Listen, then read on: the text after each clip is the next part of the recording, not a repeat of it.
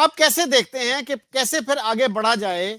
तो एक तो वैसे मेरे ख्याल में वही है कि वीजा जो है दोनों मुल्कों को एज अ फर्स्ट स्टेप इसको रिलैक्स करना चाहिए। और मेरे ख्याल में जब जनरल बाजवा ये प्रपोजल लेके गए थे कि इंडिया के साथ हम, उन्होंने नेगोशिएट एक्चुअली कर लिया था कि नरेंद्र मोदी जो हैं वो आएंगे, he will go to a temple in Balochistan, और कश्मीर को हम 20 साल के लिए फ्रीज कर देंगे, और मोदी जी जो हैं वो ट्रेड रिलेशंस और स्पोर्ट्स रिलेशंस के रिवाइवल का ऐलान करेंगे।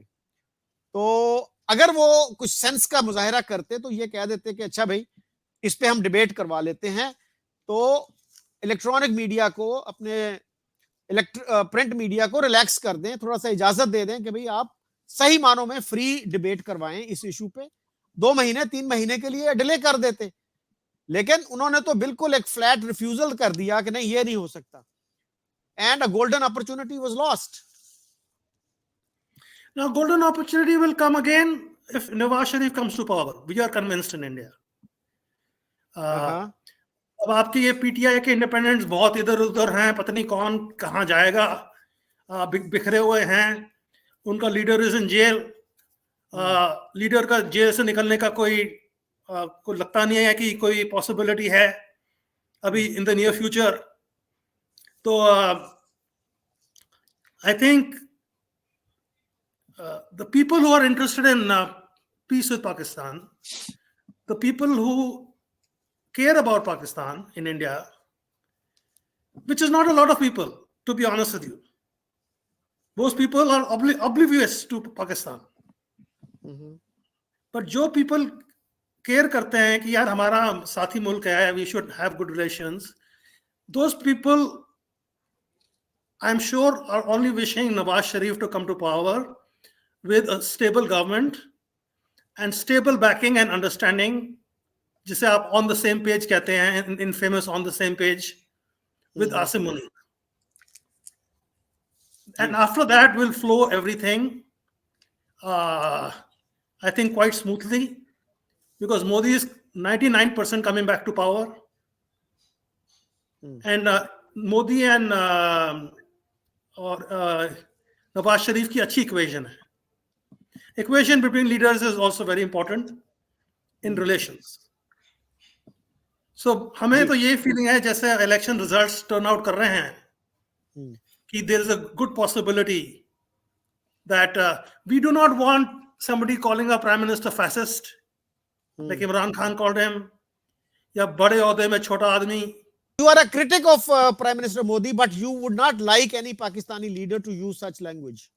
Yeah, am I right? We don't like Bilawal Bhutto to call him Butcher of Gujarat. Ji. So these are very, very intemperate ways of talking, and leaders should not. I'm actually very unhappy with the way Shehbaz Sharif conducted his affairs for 18 months. He was there for 18 months and he didn't do anything. जी सुनील जी, जहां तक ये language का ताल्लुक है तो हमारे एक hard line ambassador हैं अब्दुल बासित, जो इंडिया में भी रहे, उन्होंने भी ये कहा है कि Pakistani leaders should not use such words, such language against the prime minister of a neighbouring country. और सर एक और मैं आपसे बात पूछना चाह रहा हूं, अभी एक नई पार्लियामेंट का इनागुरेशन हुआ था इंडिया में, जिसपे हमारे यहाँ कुछ लोगों ने ये कहा कि जी वहां अखंड भारत का मैप लगाया गया है। तो उसका जवाब जो है मेजर गौरव आर्या ने काफी इफेक्टिव दिया था, और उन्होंने कहा था कि हम हरगिज जो है पाकिस्तान को शामिल नहीं करना चाहते इंडिया में। और बीजेपी के लोगों से भी उन्होंने कहा कि भाई ऐसी बात आप बिल्कुल ना किया करें। और जो मैप लगाया, दैट इज अशोकाज मैप, उसमें इंडिया के कुछ ऐसे एरियाज जो आज इंडिया में है वो उसमें नहीं दिखाए गए। तो आप कैसे देखते हैं उस मैप को? और पाकिस्तान में और शायद नेपाल में भी कुछ लोगों ने कहा था कि ये गलत हुआ है।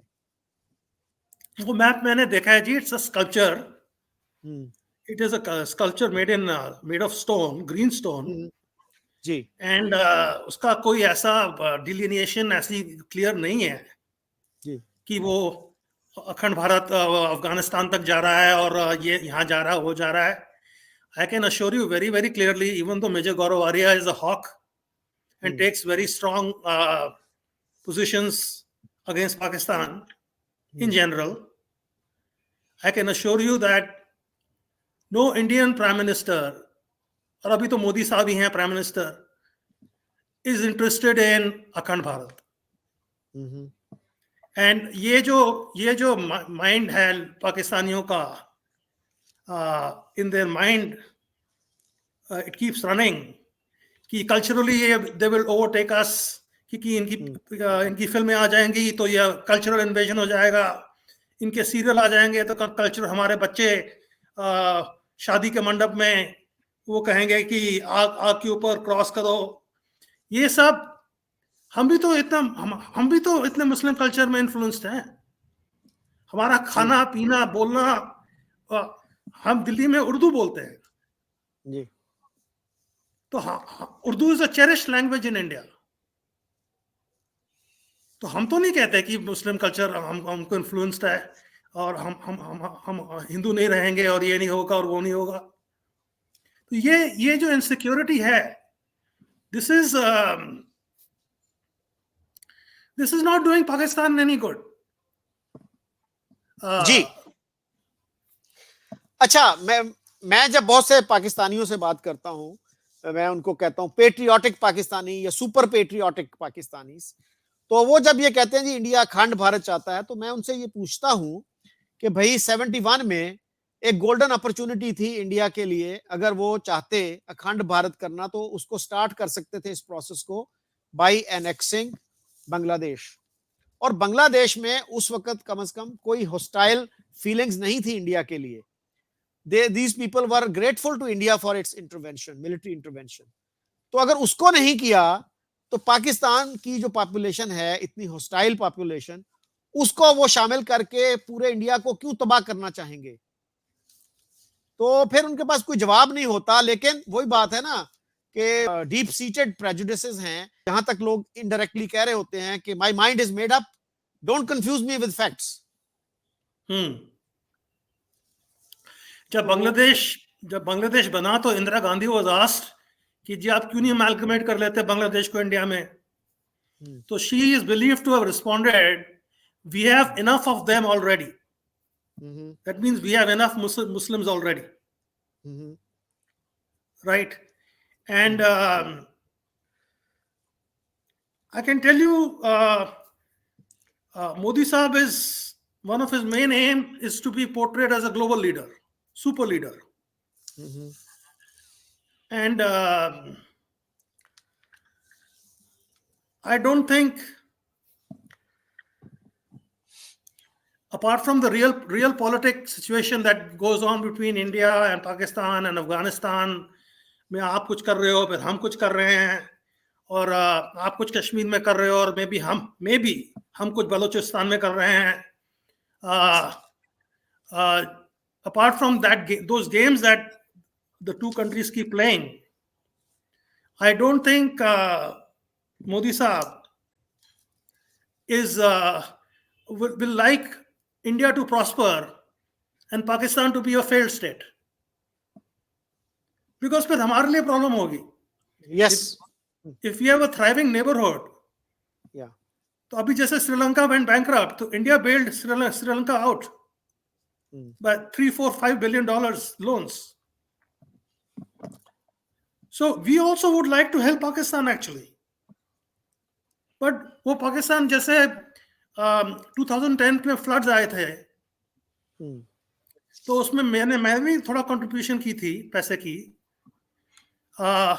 फिर पहले $5 मिलियन ऑफर किया था मनमोहन सिंह ने, फिर लोगों ने कहा बहुत कम है, $25 मिलियन ऑफर किया था. But Pakistan did not take the money directly. They took it through the UN. It was very strange reaction. Yeah. ये Hindu money है. Today, India has the capability of helping Pakistan the way India is helping Bangladesh and Sri Lanka. So why is Pakistan so churlish? जब बांग्लादेश भी तो Muslim country है, वो तो fully cooperate कर रहे हैं इंडिया के साथ.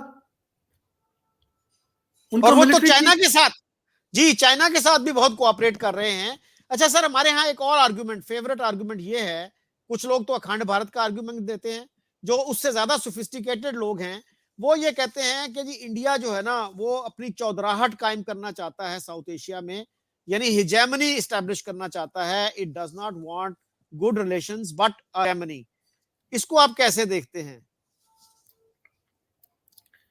जी, अब इंडिया जैसे प्रोग्रेस कर रहा है हम्म, तो South Asian it has outgrown South Asia. Hmm, It is portraying itself as leader of the global south. It has hosted G20 summit. हम्म, मोदी जी ने जो मुस्लिम वर्ल्ड में इनरोड किया है, उन्होंने आपको डिस्प्लेस कर दिया है मुस्लिम वर्ल्ड से.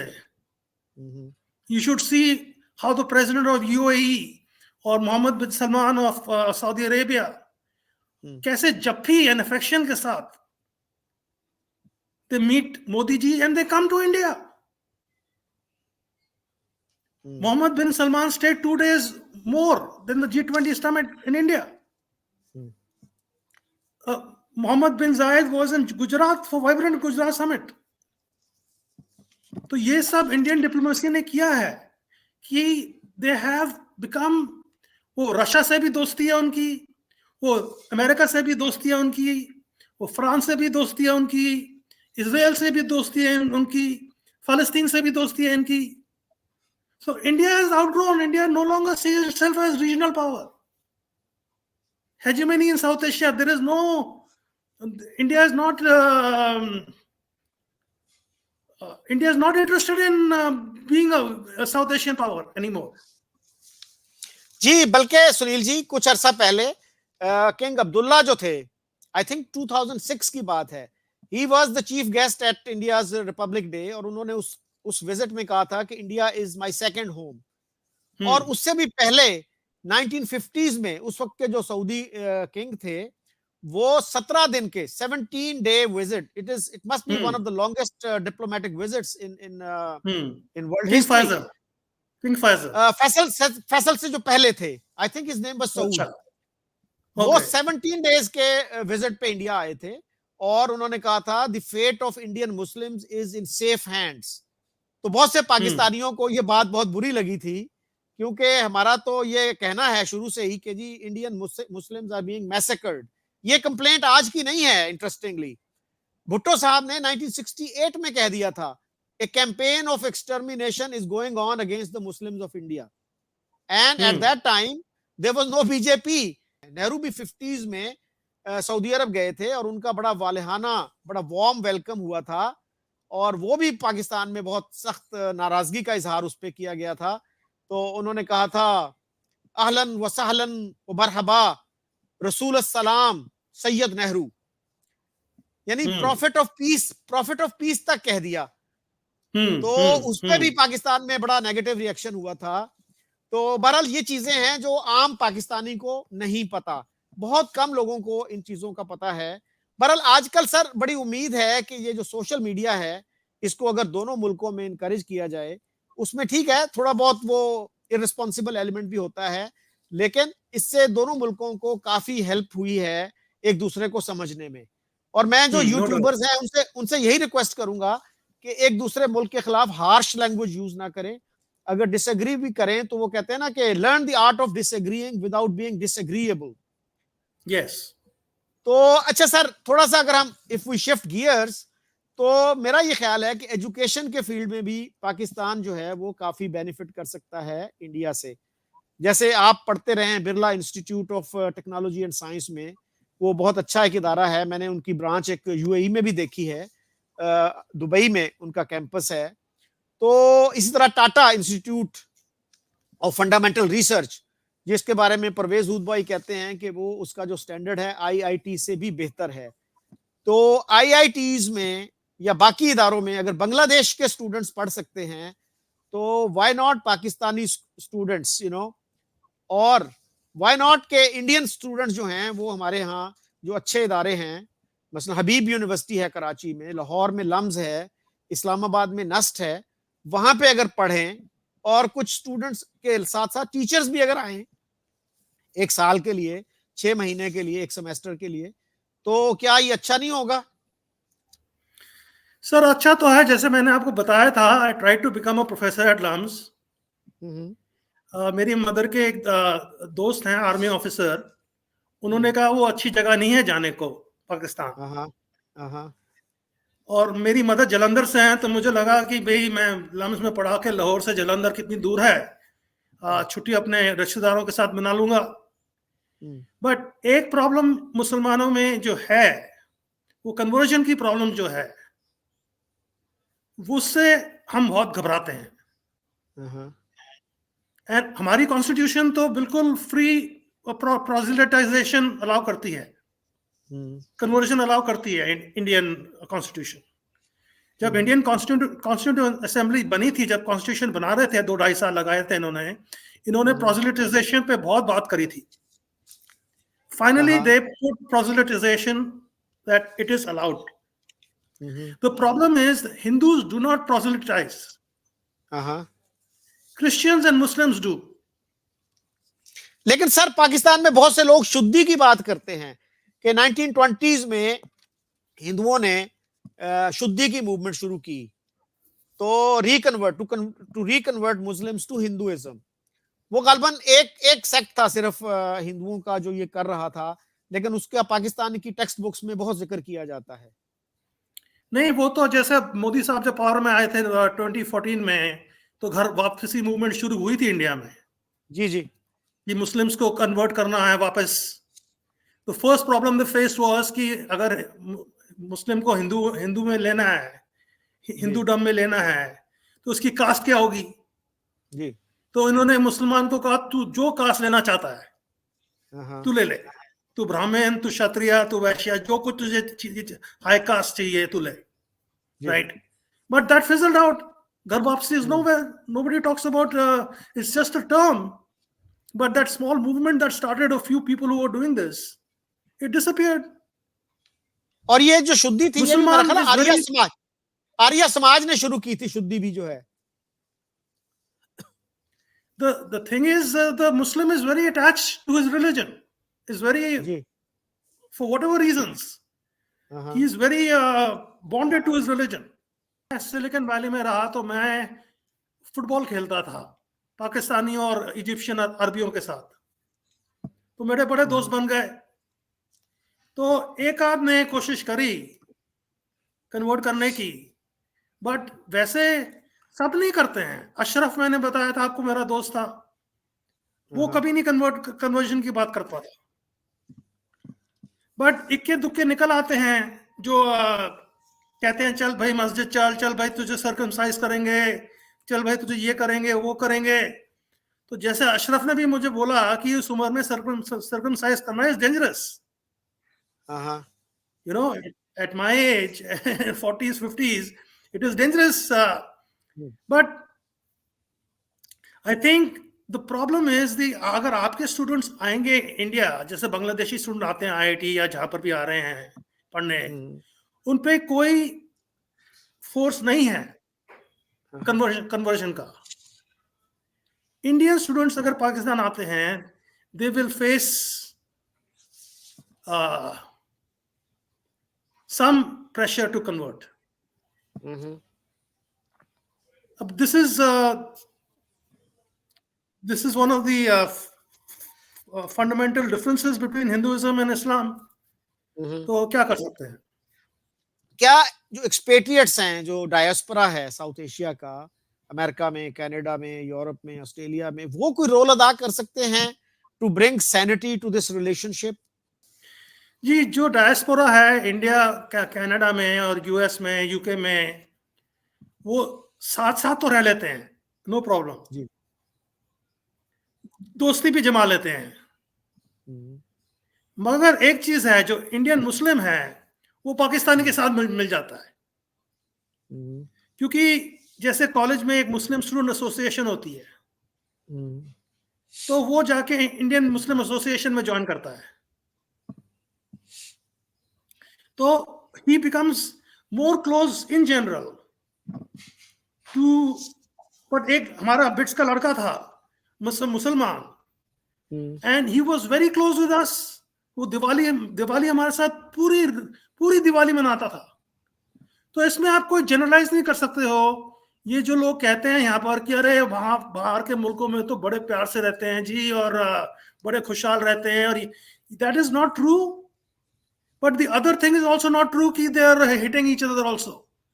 अब मैं रेस्टोरेंट में वेटर था, I am a writer, so I took a job as a waiter to pay my bills, Pakistani restaurant में। तो हमारे यहाँ पार्टीज होती थी, बहुत बड़ा रेस्टोरेंट था, तो वो पाकिस्तानी ओनर था, मुसलमान ओनर था, तो सारी पार्टीज में सिर्फ मुसलमान ही होते थे। मैंने एक भी हिंदू नहीं देखा वहां पर। और एक पार्टी की बात नहीं कर रहा हूं मैं, 7-8 महीने की बात कर रहा हूं कि पार्टी पे पार्टीज होती जाती थी। तो ये कहना कि हिंदू और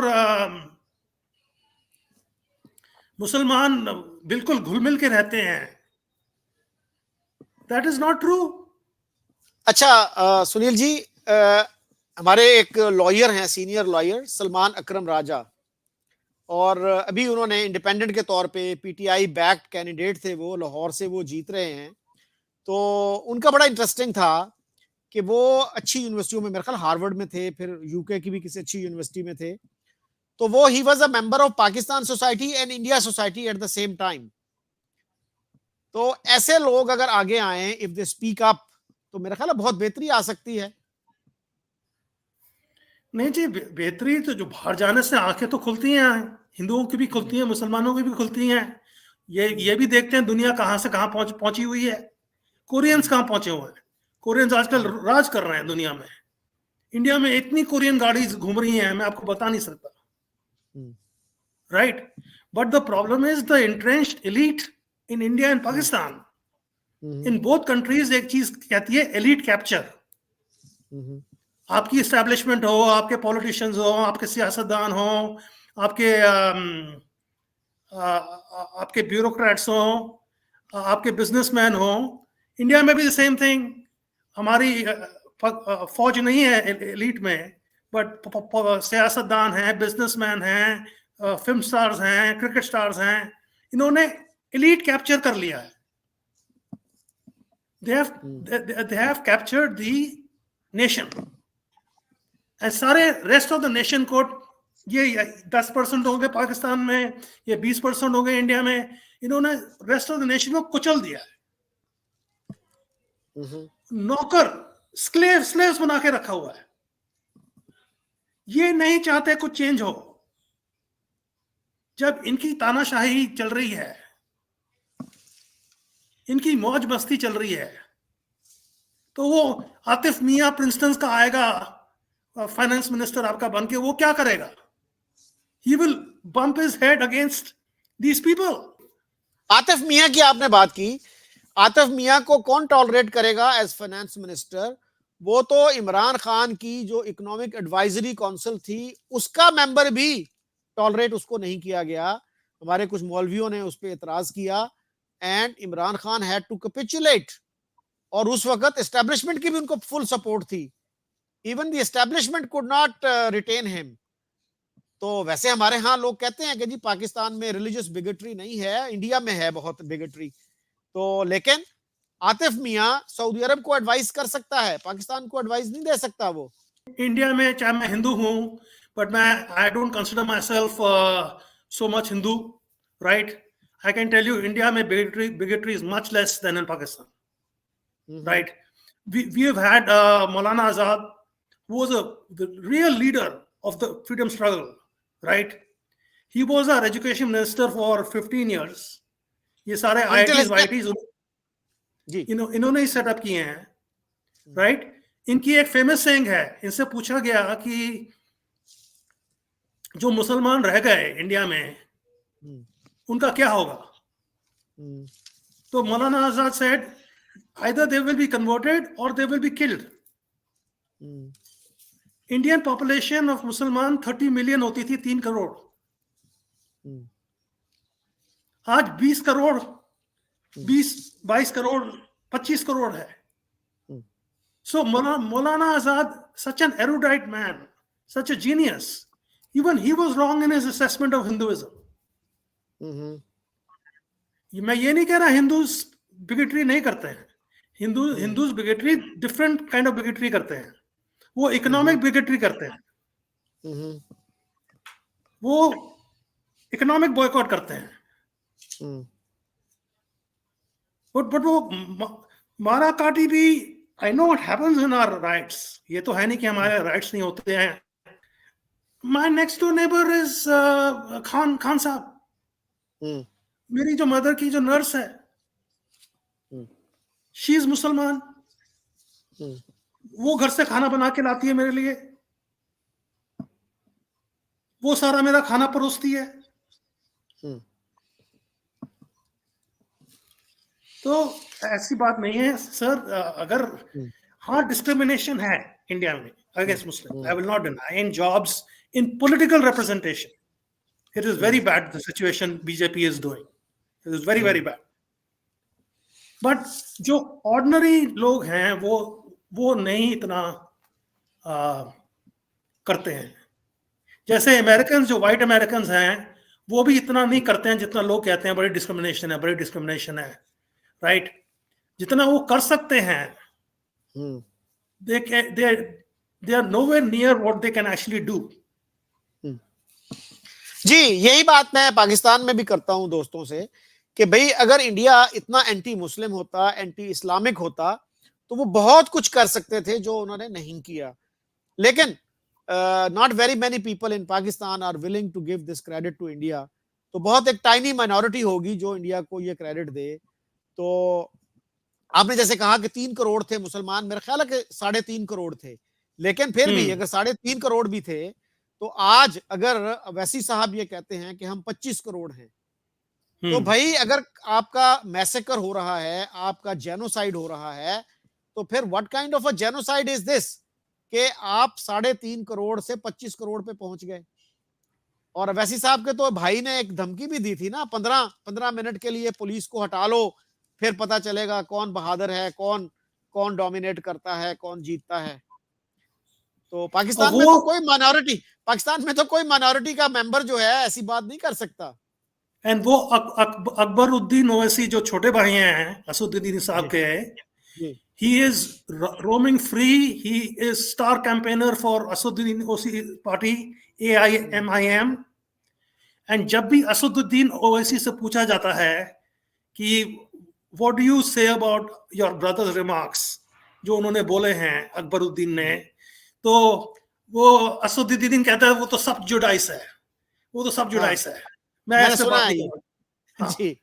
और वो उसने ये नहीं कहा है कि 15 मिनट आप पुलिस को हटा दो, उसने कहा 15 मिनट आप पुलिस को हटा दो और हम सारी हिंदू पॉपुलेशन को एक्सटर्मिनेट कर देंगे। मतलब उसका मैसेज यही था, लेकिन मेरा ख्याल एक्सटर्मिनेट का लफ्ज यूज नहीं किया उन्होंने। एक्सटर्मिनेट नहीं कहा था, बट उसने यही कहा था बेसिकली हिंदी में, उर्दू में, कि हम उनका सफाया कर देंगे। एंड वो ओपनली उसी स्पीच में बीफ का गोश्त का पीस लेकर हिंदुओं को टॉन्ट कर रहा था कि खाओ तुम इसे, बड़ा टेस्टी है, होता है, खाओ तुम इस गोश्त को। ऐसा आदमी is roaming free and is campaigning freely in India today. मेरे जैसा पर्सन जो इतना सेकुलर अपने आप को समझता है, when I see people like Akbaruddin Owaisi and they're thinking, तो हम काम चाहते हैं। Any concluding thoughts Sunil ji? और खास तौर पे ये बताइएगा कि क्या हम एजुकेशन में किस तरह बेनिफिट कर सकते हैं इंडिया से, फार्मास्यूटिकल्स में कैसे कर सकते हैं, आईटी में कैसे कर सकते हैं? भाई अब Indian government has started an IIT in Abu Dhabi, has started, और फाउंडेशन स्टोन तो ले कर दिया है, they are going to set up an IIT in Abu Dhabi. So if relations with us come to a good level, it is not going to happen overnight, right? But if relations between us come to a good level, then what stops India from having an IIT in some city, small town or big town in Pakistan, having an All India Institute, all Pakistan Institute of Medical Sciences, in some other town, right?